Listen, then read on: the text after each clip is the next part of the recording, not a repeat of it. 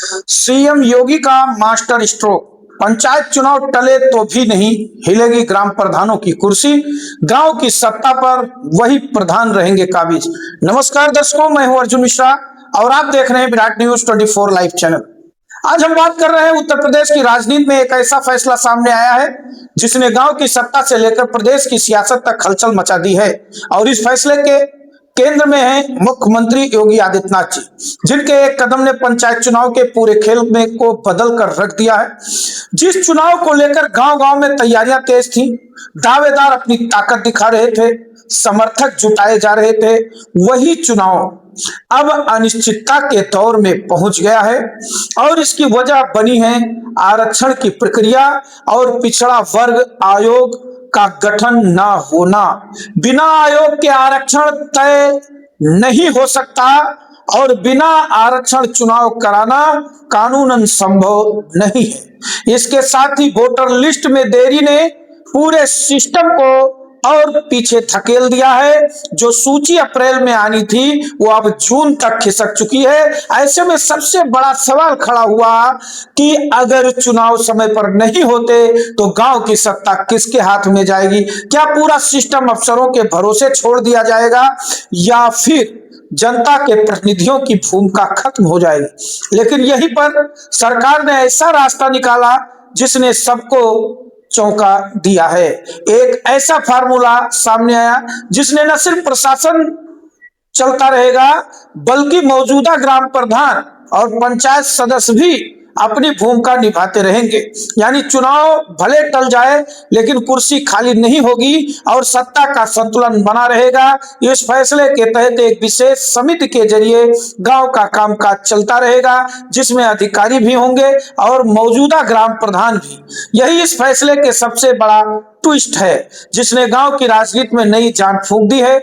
जिन प्रधानों को अपनी कुर्सी जाने का डर था अब वही राहत की सांस ले रहे हैं और जिन नए उम्मीदवारों ने महीनों से चुनाव की तैयारी की थी उनके लिए यह खबर किसी बड़े झटके से कम नहीं है। गांव की चौपालों से लेकर राजनीतिक गलियारों तक एक ही चर्चा है कि खेल अचानक कैसे बदल गया। इस फैसले को कुछ लोग सरकार का मास्टर स्ट्रोक बता रहे हैं तो कुछ इसे राजनीतिक रणनीति का हिस्सा मान रहे हैं, क्योंकि इससे न सिर्फ प्रशासनिक कामकाज प्रभावित नहीं होगा बल्कि सियासी समीकरण भी संतुलित रहेंगे। विपक्ष पहले से ही पंचायत चुनाव में देरी को बड़ा मुद्दा बनाने की कोशिश कर रहा था, लेकिन अब सरकार के इस कदम ने उस मुद्दे की धार को काफी हद तक कम कर दिया है। विपक्ष पूरी तरह से चुप बैठ गया है। हालांकि विपक्ष पूरी तरह चुप भी नहीं बैठा है और अंदर खाने इसे लेकर रणनीति तैयार की जा रही है। सवाल यह भी उठ रहा है कि क्या यह फैसला कानूनी तौर पर पूरी तरह मजबूत है क्या, क्योंकि हाईकोर्ट पहले ही पंचायत चुनाव में देरी पर सवाल उठा चुका है और आने वाले समय में इस पर कोई बड़ा निर्देश भी दे सकता है। लेकिन सरकार का साफ कहना है कि अगर कदम कानून के दायरे में रहकर उठाया जा रहा है ताकि किसी तरह का विवाद ना हो, पंचायत राज विभाग भी पूरी सतर्कता के साथ इस प्रक्रिया को आगे बढ़ा रहा है। अब इस पर पूरे घटनाक्रम ने गांव की राजनीति को एक नए मोड़ पर ला खड़ा किया है, जहां चुनाव भले टल जाए लेकिन सत्ता का ढांचा बना रहेगा। और यही इस फैसले की सबसे बड़ी खासियत मानी जा रही है।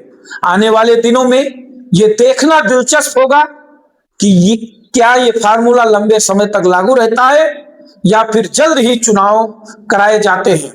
क्या विपक्ष इसे मुद्दा बना पाएगा या फिर सरकार इस फैसले से राजनीतिक लाभ में सफल होगी?